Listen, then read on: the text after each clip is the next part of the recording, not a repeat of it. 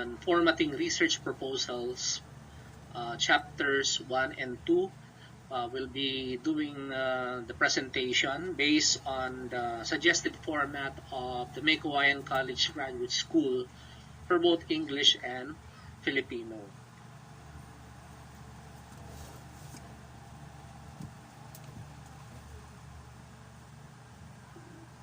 First on the line, we have the title page. Okay, so we note here that when we take a look at the title page, we are observing a balanced format, which means that we are looking at 4 levels. Particularly, for the first line, we have the title. So makikita natin yung title po natin is in all caps, all capital letters, and it is formatted in an inverted pyramid.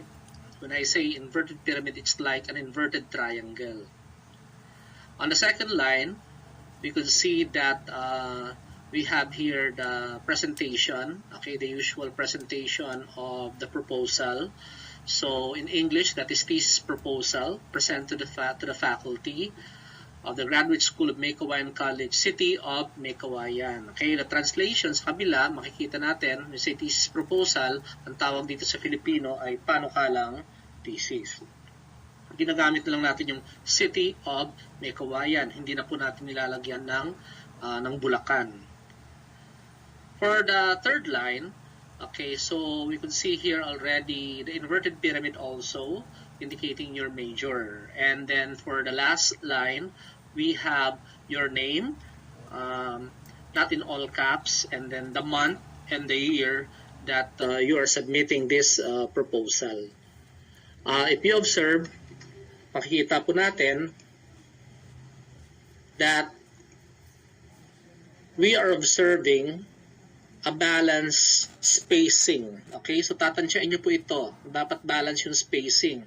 So, kung makikita natin dito, dapat ito yung mas tama sa kabila. No? So, double space, tansyain nyo na lang. So, you have to estimate that one.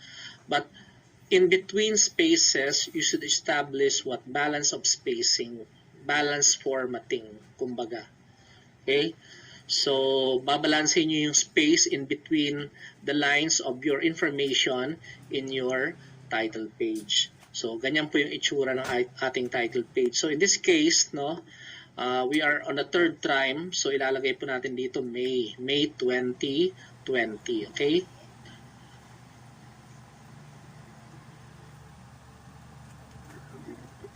Next, we have what? Yung chapter 1. Okay? Sa chapter 1, the title of our chapter 1 ay hindi na po yung the problem and its related literature. Based on the panel, based on the suggested title of chapter 1 by Dr. Daes, it should be the problem and its background. Okay? Sa Filipino, ang suliranin at kaligiran ng pag-aaral. So, introduction. Pagtapos nun yung introduction na natin ang nakalagay. So, the introduction has been discussed already. Na-discuss na natin kung paano magsulat ng panimula.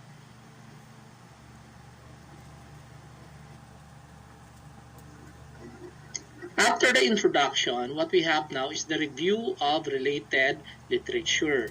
Kung sa Filipino, mga kaugnay na literatura. If you can recall, I gave you a particular template on what will be the first paragraph.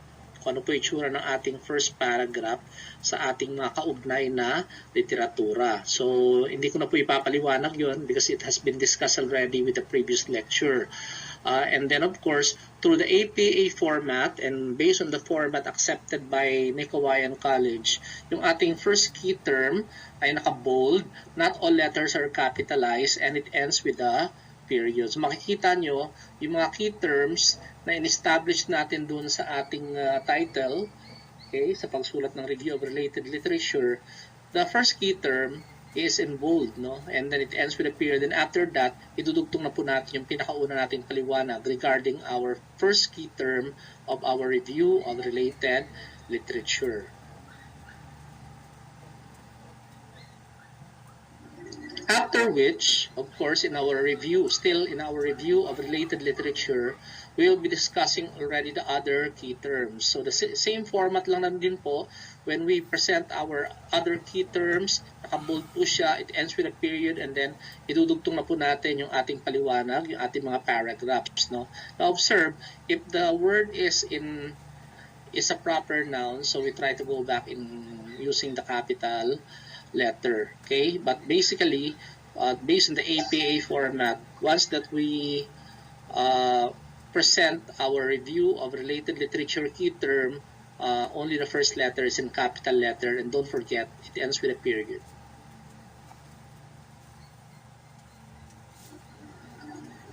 All right, so after the review of related literature and the key terms, no? Usually in the review of related literature, we have three to four. On a standard, if you have three, okay na po yun. No? But sometimes you have to take a look of what are the important terms, no? Or what are the important variables or constructs that you are discussing based on your title. I gave you a discussion already on how to discover what are the key terms in your study based on the important constructs or variables in your title. So after our review of related literature, and then you were able to discuss already the key terms, we have now the related studies. No? So in English, hindi na po natin lalagyan ng review of related studies as suggested by MC. We just write related studies na lang po. For Filipino, mga kaugnay na pag-aaral. Now, unlike the review of related literature, wherein you have to specifically discuss each of the key terms of your RRL, in your review of related studies, yung mga kaugnay na pag-aaral, hindi mo nalalagyan ng division yung per key terms. No? You discuss already all the key terms, isang dire-diretso, hindi mo na kailangan lalagyan ng pamagat, gaya ng ginagawa do sa review of related literature. Basta importante, yung mga kaugnay na pag-aaral or the related studies of the first key term, yun po yung mauuna. Maaaring tatakbo kayo ng mga ilang pages doon. Okay, mga 5 to 10 pages maybe, depending on the number of related studies, mga kaugnay na pag-aaral. At pagkatapos nun, hindi mo nalalagyan ng pamagat, yung next key term na naka-APA format, naka-bold, naka-tuldok, hindi na. Idudugtong nyo na lang yung susunod na discussion nyo on related studies o mga kaugnay na pag-aaral sa susunod na key term.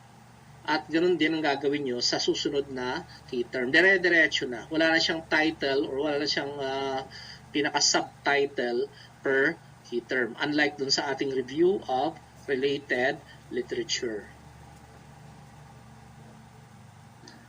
So next on the line, after we have the review of related studies, meron na tayong theoretical framework, no?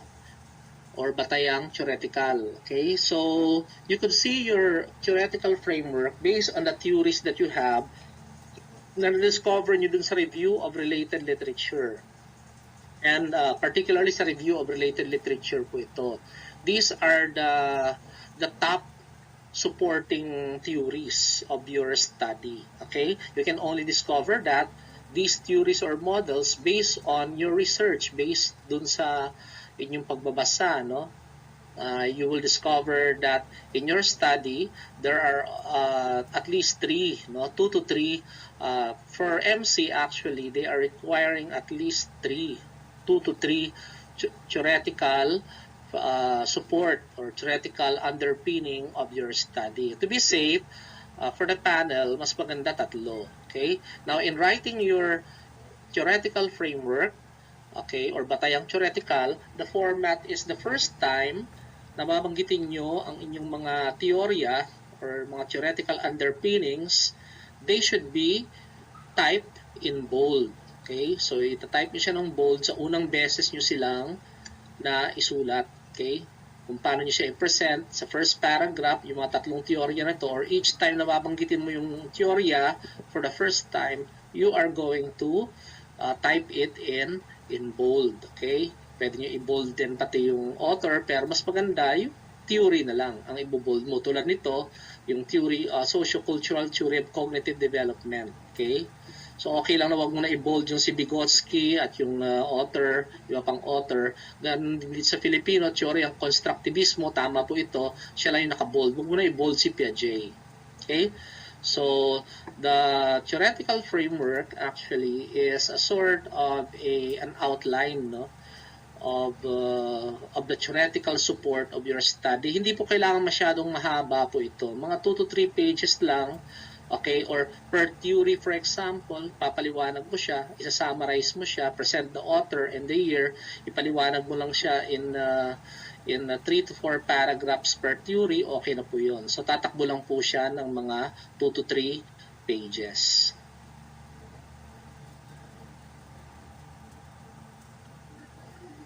So, after the theoretical framework comes the conceptual framework or conceptual na balangkas sa Filipino.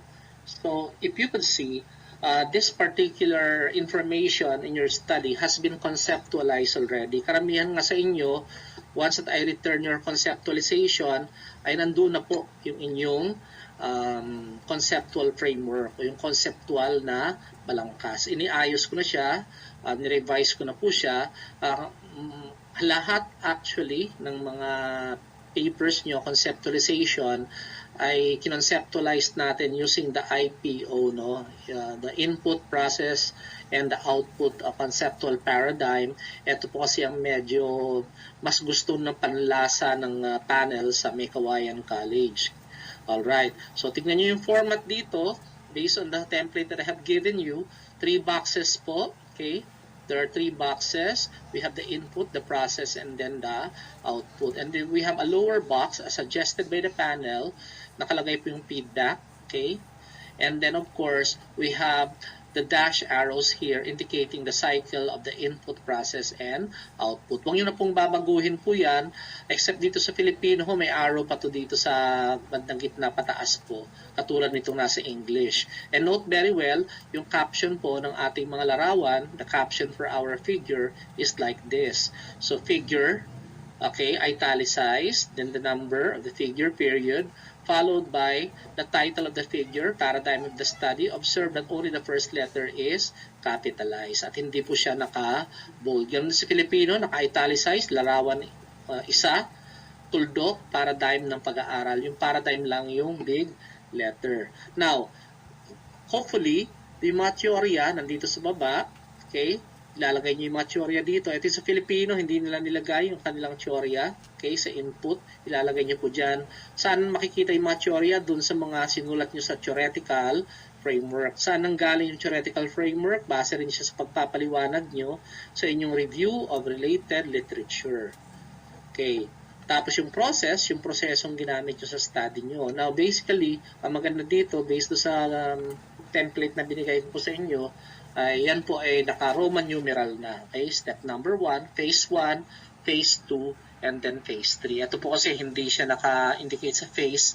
So, you put that in phases, phase 1, phase 2, phase 3. Sa Filipino, yan ay yugto una, yugto pangalawa, yugto pangatlo. And then lastly, we have the output. Yun po yung magiging output.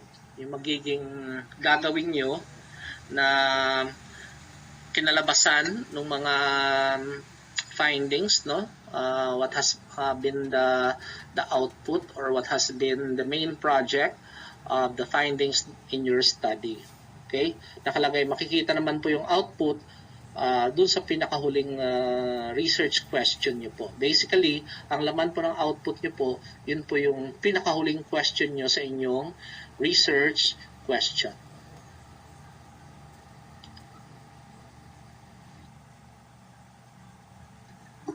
Kasunod ng ating conceptual paradigm, okay, we have now the statement of the problem. Ito po, yung ating statement of the problem, paglalahad ng suliranin, also known as the SOP, pag sinabi natin SOP, statement of the problem, which incorporates already the research questions. Ito po, based on our conceptualization, I try to assist you already on how to construct or how to provide the correct research questions based on the conceptualization sheet, ay kinokopya nyo na lang po ito. Included in the conceptualization based on our revision are the hypotheses, or is the hypothesis based on your study. Makikita nyo po yung hypothesis na yan, that is the statement version of the question, of the inferential question in your SOP. Yan po yung naglalaman ng mga inferential question. For example, ito po sa ating English format, no? The time that we ask the inferential question of significant relationship, yan din po yung magiging laman ng ating hypothesis. There is no significant relationship or null hypothesis. Siya po yung, ang hypothesis natin, siya po yung ating magiging ang nilalaman ng ating inferential question dun sa ating research questions. Kung meron kang dalawang inferential question, like is there a significant relationship, is there a significant difference, edi dalawa rin po yung ating hypothesis. There is no significant relationship and there is no significant difference. So yan po, transfer na lang po kayo, kopya-kopya na lang, based dun sa ating mga revisions provided, suggestions that I provided in your conceptualization sheet. So, kopya-kopya na lang po. Next, we have the significance of the study. Ang significance of the study for just a common knowledge or for a simple knowledge, kumbaga, is the importance of your study. Okay? Kahalagahan ng pag-aaral. So, you are going to explain, papaliwanag niyo po, bakit mahalaga yung pag-aaral niyo based on the recipients of the significance. So, it's either first, depende po kung sino yung nangungunang makaka-receive nung kahalagahan nito. Pwedeng mauna yung estudyante. So, ang arrangement po nito is that you arrange who will be receiving the significance or the importance of the study. Okay? So, kung tingin nyo, mas unang nakaka-receive yung mga estudyante o yung mga guro, sila po yung mauuna dito sa listahan. So you list them according to the sample template that we have, and then naka-format po siya in the APA format, which means naka-bold po, tapos ends with a period. Makikita nyo po doon sa ating sample na full chapters 1 and 2.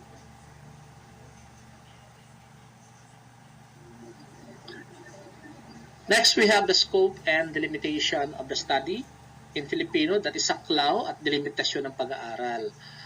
This one indicates the scope, no, or to what extent only you will be using people, participants or respondents, okay, and the places, particularly the school, and indicative also kung hanggang kailan nyo lang siya gagawin. Indicative of the school year. It indicates also kung ano yung background ng mga estudyante, ilan lang ang gagamitin nyo, or background ng mga respondents, and then ano yung mga languages na gagamitin. So, when you say scope and delimitation of the study, it indicates the coverage only of your study. Okay? Indicative of the people, the place, and the time frame.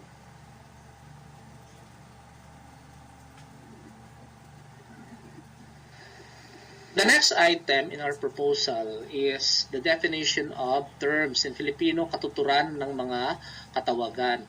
If you observe, when you say definition of terms, these are the main terms, the main constructs, no, that you are using in your study. Where can you find the main constructs or the important terms that you use in your study? You can find that actually in your input. Doon po sa ating conceptual paradigm. You can see the terms there, and those are the terms that you are going to provide meaning. Hindi po masyadong marami to. Tingnan nyo na lang yung mga terms or mga constructs or variables in your conceptual paradigm, particularly in the input. And then, it indicates that ito po yung format natin. Kukupihin nyo na lang to. It's very important that you define them conceptually and operationally. In Filipino, bigyan kahulugan sa conceptual at batay sa operational or paano ito pagagamit sa pag-aaral. When you say conceptual, you define it according to the definition of the authors, of the experts in your review of related. Doon mo rin siya makukuha yung definition niya na conceptual doon sa yung review of related literature with the author and the year. Pag sinabi natin operational, sa Filipino nga, paano ito ginamit sa pag-aaral, ibig sabihin, paano talaga siya nangyari sa iyong pag-aaral. Okay? How this happened in reality in your study. For example, when you say academic performance, you define academic performance as based on the many definitions ng experts natin on measurements, evaluation, and assessment. But when you say operationally, academic performance sa actual, ano ba yung academic performance na ginamit mong panukat sa iyong pag-aaral, sa iyong thesis? So, maaari yung academic performance na ginamit mo ay based doon sa kanilang group performance. That's one. Or ang ginamit mo na academic performance para matukoy yung mga kanilang score ay through the result of the periodic exam. Pwede rin ang actual na ginamit mo operationally na academic performance ay yung kanilang final grade. So you could see, when you say conceptual, these are the definitions of the authors in your review of related literature. Mas maganda, doon mo siya kinuha doon sa mga definitions na nilagay mo na rin sa review of related literature or review of related studies. Pwede din. And then, operationally, paano siya nangyari talaga in your study. Okay? So, for example, yung construct ng love, okay, pag-ibig. Marami tayong expert definition of love based on the definitions of the experts or the psychologists. Pero operationally, pag sinabi mong love, in reality, ano yun? Or sino po yun? Maaaring yung love na yun, operationally, pagmamahal mo sa magulang, pagmamahal ng mga estudyante, sa kanilang mga crush, ganun po. So, operationally is paano siya nangyari sa inyong pag-aaral.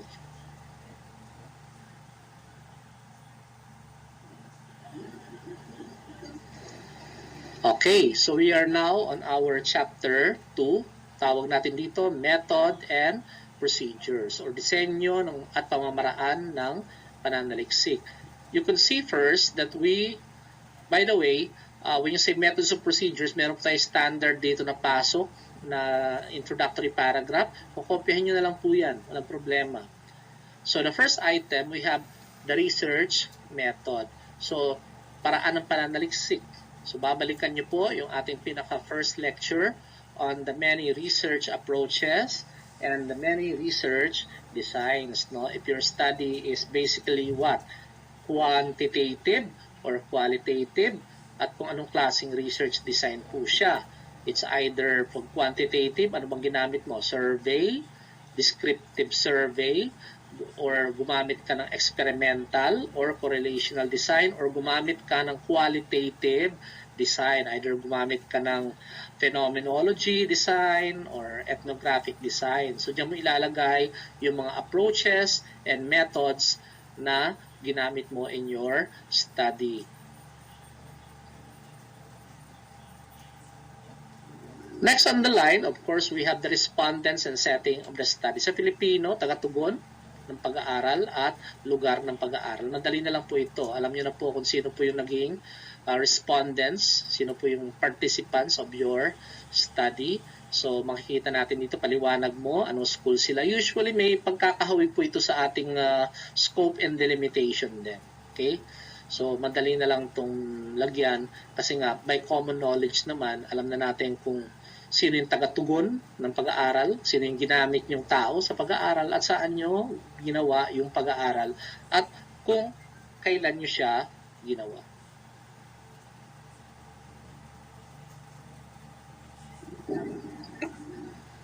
Next part, we have the instrumentation and validation or instrumento at validasyon. Ito po yung proseso kung paano nyo inihanda yung inyong mga survey, questionnaire, inyong mga instruments in your study. Okay? Or kung experimental kayo, paano nyo hinanda yung mga material ng pang-intervention nyo sa inyong pag-aaral. So, makikita nyo po dito in one sample in English, Ito po magandang proseso. This one is a very good process on validating or preparing your instrument bago nyo siya gamitin sa inyong pag-aaral. An instrument po ay hindi po pwedeng basta-basta ginagamit lang. Okay? You have to prepare the instrument through a series of validation. Pwedeng ipa-validate mo muna siya, ipa-check nyo muna sa mga eksperto sa area ng inyong pag-aaral. Pwede nyo siya ipa-compute, no? Sa mga statisticians, okay, per item, yung tinatawag nating Cronbach alpha, no? Pa-check nyo yung construct validity, pwede nyo ipa-test yung mga content validity, everything naman with regard to validation and reliability, you learn that already in your statistics and you can be guided by your research advisor. So, makikita natin dito yung paghahanda ng material based on the standards of validity and reliability. Okay? Ito po yung mga instruments na ginamit nyo.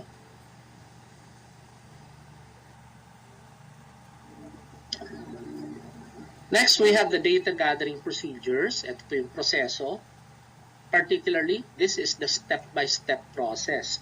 Makikita nyo po, in English, yung style niya po dito, pinaragraph form niya on what are the steps the author used, no, to employ or to conduct his study.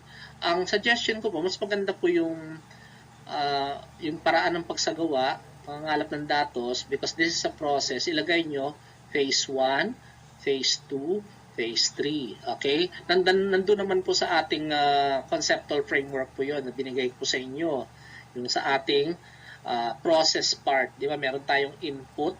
Yung input po natin, nandun po yung mga teorya. Pasok po doon yung mga teorya para sa theoretical framework. Yung atin namang process, pasok po doon yung data gathering process po natin.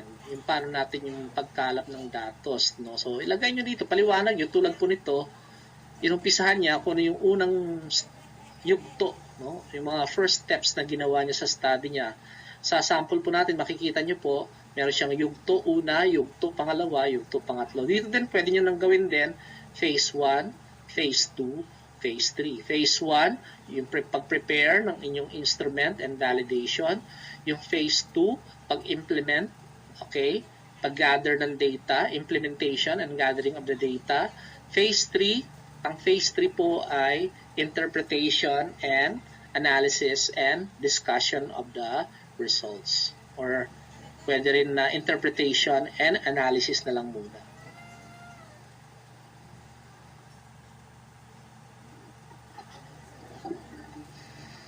Now, after the data gathering procedure po, you explain in your proposal yung sinasabi nating statistical treatment of data. In Filipino, yung statistical na pagtutuos ng datos. Ito po, i-present nyo lang. You're going to present what will be the statistics that you'll be using in your study. It's as simple as that, no? You'll be using here, of course, the knowledge that you gain in your statistics subject, okay? So, for example po dito, ginamit niya weighted mean, dahil correlation po yung study niya, syempre Spearman rank order correlation, okay? Now, very important, in your thesis proposal, as part na chinechekan po ng ating dean bago i-approve ang inyong proposal for pre-oral defense, dapat when you have the statistical treatment of data and the statistics that you will be using, nakalagay naman din po na ilalagay nyo rin yung pinaka-table or the scales that you will be using in your study. Saan nyo po makikita itong mga scales na to? Number 1, nakikita nyo na ito doon sa research instrument na gagamitin nyo po. Okay?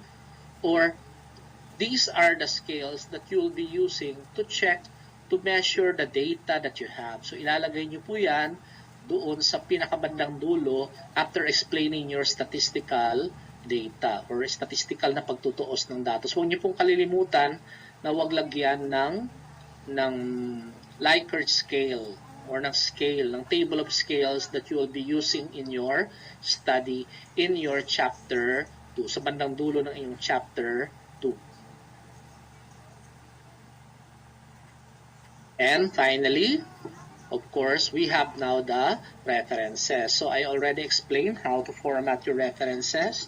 So makikita po natin, references in Filipino, talasalang gunian. Nasa bandang gitna po, not all capital letters pero naka-bold. Okay? And then, if you observe, they followed, no? The students followed the APA 6th edition formatting with regard to the references formatting po natin. Naka-indent po siya, and then all the rules with regard to the formatting of different references were applied on their formatting here. So makita nyo po siya, naka-format po siya ng maayos, sinunod po nila lahat, yung lahat ng rules of the APA 6th edition formatting with regard to references. So maganda po siya tignan, okay? Very acceptable po siya as a proposal because the rules of formatting references, which I had discussed already on the previous lecture, were applied very well. So makikita nyo yung mga yan, naka-italicize, naka-indent at 0.5 level, the sequences are correct, and then all the important informations are there. Alphabetical order din po siya. It's arranged in alphabetical order. Wala na po tayong kailangan mag-iwa-hiwalay dyan. Ihiwalay yung books, ihiwalay yung internet sources, ihiwalay ang journal, wala na po. In our references, basta halo-halo na po lahat, arrange them according to alphabetical order na lang po. And with that, okay? So with that, that's the last part of your proposal. Okay, so that's the end of the lecture today. I hope that you check very well that you have the complete parts of your research proposal. Okay.